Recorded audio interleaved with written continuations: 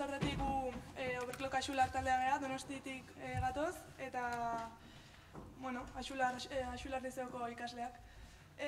Gaur, itzengo dugu UPD sistemari buruz, ukmen plano dinamikoa, dakazute digitala jarrita baino dinamikoa da.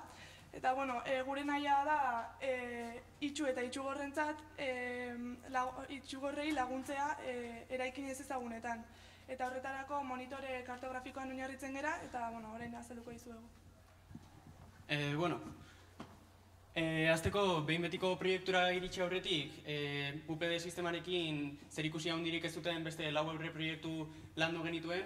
Azteko zebrarreinen organoen erregeneratze ahalmenaren eta zipaga isotasunaren inguruan hasi ginen lanean, baina gaiak konplexuegiak zirela pentsatu genuen eta orduan alde batera utzi genituen. Ondoren, itxuak kalean ibiltzen laguntzeko txagusaren ultrasoinuen teknologia, txagusaren ultrasoinuen inguruan ari ginen lanean betaurreko batzuetan aplikatzeko eta hori, orientatzen laguntzeko eta hori, baina Valentzian jazegoen egina hori eta orduan deskartatu genuen. Eta azkenik taka-taka dimentsu bat diseinatu genuen, baina azkenean UPD sistema lantza pentsatu genuen. Proiektu aukeratzerakoan, hainbat zientzilarien laguntza eduki genuen, Gaizka San Vicenteena adibidez, Zeit Donostiakoa, hau bioteknologia munduan ibiltzen da. Gero ere bai, Eduardo Gaminde doktorearekin hitz egin genuen, Donostia ospitalekoa, eta baita Jesus Valerorekin teknaliakoa biomedikuntzari buruz hitz egin genula, eta azkenik Tim Smithers aipatzekoa da gure mentorea izan zala. Eta azkenean UPD sistema eratu genuen. UPD sistemaren helburua ikusmen arazo dituen pertsona bati ezagutzen ez duen eraikin batetan orientatzen laguntza da. Eta izan ere munduan 250 milioi pertsona baino gehiago daude ikusmen arazoekin eta horietatik 6 milioi guztiz itxuak dira. Eta bigarren helburua sentikortasuna piztea da. Horretarako, Oskar Villanuevarekin jarri ginen kontaktuan. Izan ere bere gurasoak, baita eta baita ama ere, guztiz itxuak dira. Eta gainera, praktika bat eratu genuen ikastolan, gero azalduko duguna, eta bertan gure ikastolako ikasleak itxu baten paperean jarri ziren. Orain hasiko gara pixka bat gure sistemaren deskribapenarekin. Azteko, UPD teknologia, UPD eraikinetan bakarrikan aplika daiteke, izan ere teknologia berezi bat behar baita. Eta ikusmen arazoak dituen pertsonak jakingo du eraikin batek UPD teknologia daukan ala ez ISO dispositiboaren bitartez. Gerturatzean, eraikin horrek igortzen dituen seinaleak jasoko baititu, eta hor soinean edo makuluan daraman dispositibo horrek seinaleak jasotzean itxua hartareziko duelako. Gero, eraikinaren leku jakin batean UPD unitatea dago, eta bertan ni sistema aurkitzen da, itxu bakoitzak kode individual batez identifikatzen duena. Horrez gain, sarreratik unitaterako bidan, podometro bat dago, pertsonaren pausaren luzera neurtzen duena, gero planoak egiterakoan, itxu horren eskala pertsonalera egokitzeko. Orain azalduko dizuet nolakoa den UPD unitatea. Armailu antzeko bat da, eta hau aurkituko nuke eraikuntzaren sarreretan eta larrialietarako irteeretan ere bai. Teknologia elektromekanikoan oinarrituta dago eta hiru zatitan banatzen da. Lehenengoa input unitatea non niz kodifikatzailea eta baita podometroa aurkituko genituzken, gero unitate bat informazio guztia prozesatzeko eta azkenik output unitatea non ukimen monitorea aurkitzen dugun eraikinaren edo pisuaren planoa eskalan sarrerekin eta larrialietarako irterekin dena adierazita, gero inprimagailua hori inprimatzeko eskalan, ondoren bozgorailua informazio ekstra emateko, eta azkenik zoru bota, hau izango litzateke UPD unitatearen unitateari mugikortasuna ematen diona. UPD monitorea puntu matrize bat da, eta hemen solairu eta gelen identifikazioak agertuko lirateke brailez. Gero, podometroarekin lortu dugun informazioari esker, eraikuntzaren solairuaren planoa egingo genuke eskalan. Eta itxuari laguntzeko altura desberdinetan egongo lirateke ardatza edo hauek, eta bueno, altuera handiena izango zuten Larrialdetako irteerek. Gero, altuera hartaina pareta guztiek, eta maila bajuenean identifikazioak eta bidea egongo lirateke. Eta planoa inprimatzeko uste dugu grafenoa dela materialon bat. Gero, nola aukeratu ze gelara jun. UPD unitatean zaudenean, horko pantailan esango duzu ze gelara jun nahi dezun, eta hemen bi aukera daude. Edo lehen esan dako planoa inprimatzea gelara batera joateko bidearekin, eta baita Larrialdetako irteerako bidearekin, edo bestela, Zorubot izeneko robotera pasako du informazioa, eta honek gidatuko zaitu etxean zehar. Zer da Zorubota? Zorubota da zilindro formako robot biderakuslea, eta hau esan duten bezala mugikortasuna emango lioke UPD unitateari, eta egongo litzateke beste robot beso mekaniko bat eramango lukeena makila robotera eta antxertatuko luke, eta gero robota aurretikan emandako informazioa jasoko luke eta eramango luke pertsona aukeratutako lekura. Orduan, gero bere inguruan eukiko lituzke sentsore batzuk, eta sentsore horiek bideko arazoak eta ekidituko lituzke, eta gero robota itzultzerakoan UPD unitatera deskodifikatuko litzateke itxua. Bero bat, prototipo mekaniko bat eraiki genuen, Lego piezak erabiliz. Prototipo mekaniko honetan solairuaren planoa egin genuen, eta eskalan. Eskala hori puntu bat, urrats bat eskala da. Eta ardatz batzuek bidea erakusten dute, eta honela itxoak badaki ze gelatara joan behar du. Eta hemen ikusten zut adibidez gela batera, beste gelara, edo bestera.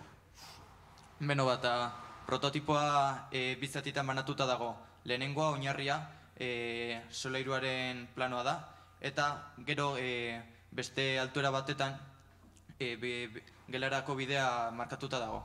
Ondoren, bigarren zatia ardatzez osatuta dago, eta gelarako bidea altuera handiago batean dagoenez, orduan ardatz batzuk goraka igoko lirateke, eta ondorioz itxoak badaki ze bidea jarritu behar duen.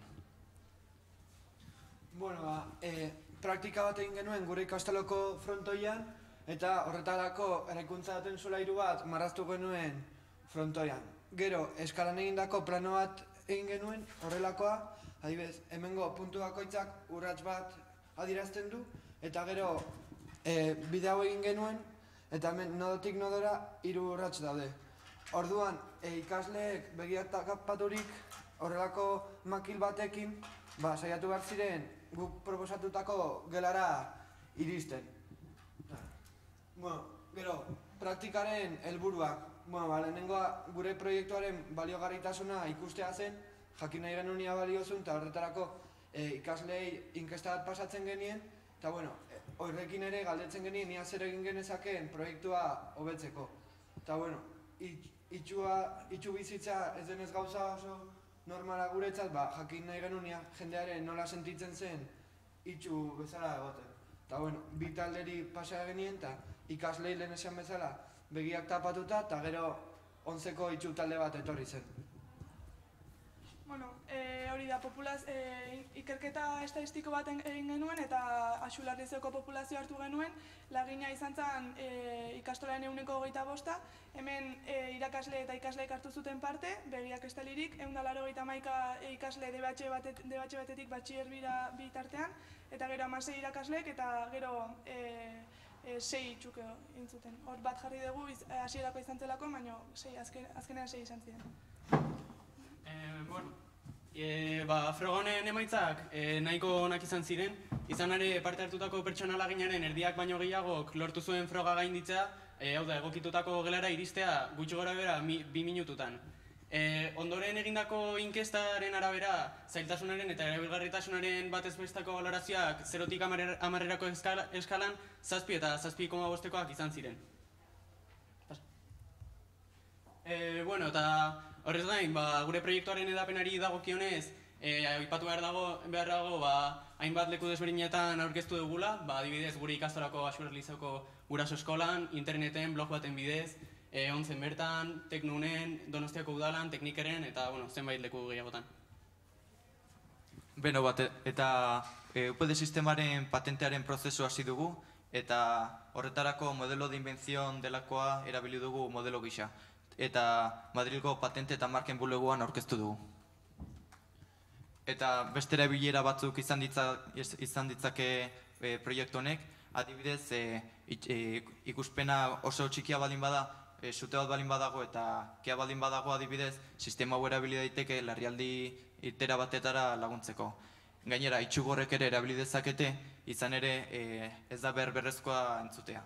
Gainera, kaleko oztopoak erabili daitezke, ekititzeko erabili daiteke, izan ere obraren bat balin badago adibidez, sistema hau erabili daiteke oztopoak ekititeko.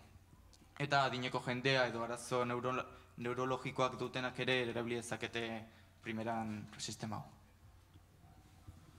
Beste abantaila batzuk ere baituzte, honekin itxuen edo ikusmen arazoak dituzte jendearen autonomia bultzatzen da. Gainera, lehen esandako sistemari esker eraikinean dauden jende kopurua kontrola dezakegu, eta suteren bat edo arazoren bat gertatzen bada, zoru botari esker larrialdateko irterara arazo gabe joan gaitezke. Eta ISOa ere, aipatutakoa ere erabilgarria izan daiteke beste toki batzuetan. Hori da guztia, balin baukazute galderaren bat edo horrela egiteko, norbaitek? Horrein nabezute ikusi prototipoak eta... Gerturatutu. Galdera noiz o... Besanetan, bai, bota. Irekiko hor guenta.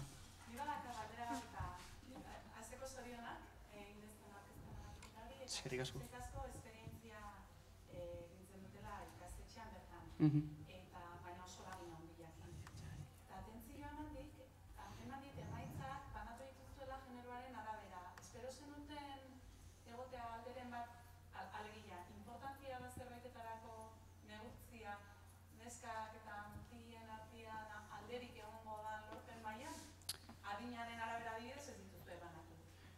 Bai, eske egin genuen, egia esan, nahi genuen egin sailkapen zabal bat. Orduan, ez genuen egin arrazoi batengatik, ez genuen pentsatzen agian desberdina izango zela, baina egin genuen, hortaz aparte, sexualen arabera aparte, baita ere adinaren aparte jarri genuen 5 urtera arte, mutilak, neskak, 10 urtera arte, gero gurasoak, itxuak, ezakit, saiatu ginen hartzen aber aurkitzen genuen, ez, diferentziak eta hori, zabal hartu genuen irekitasunarekin horrela, baina ezakit, horregatik izan zen. Eta aldez aurretik faktore hori beste... Ez, nahi genuen ikusi, agian, zegoen diferentziaren bat horrela aztertu, baina ikusi genuen nahiko antzekoak zirela emaitzak. Adibidez, adinaren arabera bai sortu zirela aldaketak, gurasoek egiten zuten nahiko beto eta horrela, baina sexualen arabera ikusi genuen ez dagoela aldaketan nirik. Beste galdera zen, zergatik daukazuzu kamiseta kolore desberdin? Beste jabe, ego badauka, beste rol badaukazu talian... Keba, ez gauza da, eske nik ekarri genuen kamiseta, baina ez dut aurkitu gaur goizean. Gauza, bakoitzak ditugula 2 kamiseta, txuria eta urdina. Eta orduan utzi didat eta nahi genuen jantzi 2 urdin eta 2 txuri, baina azkenean liatu gara eta, ez da arrazio bat engatik horrela. Vale.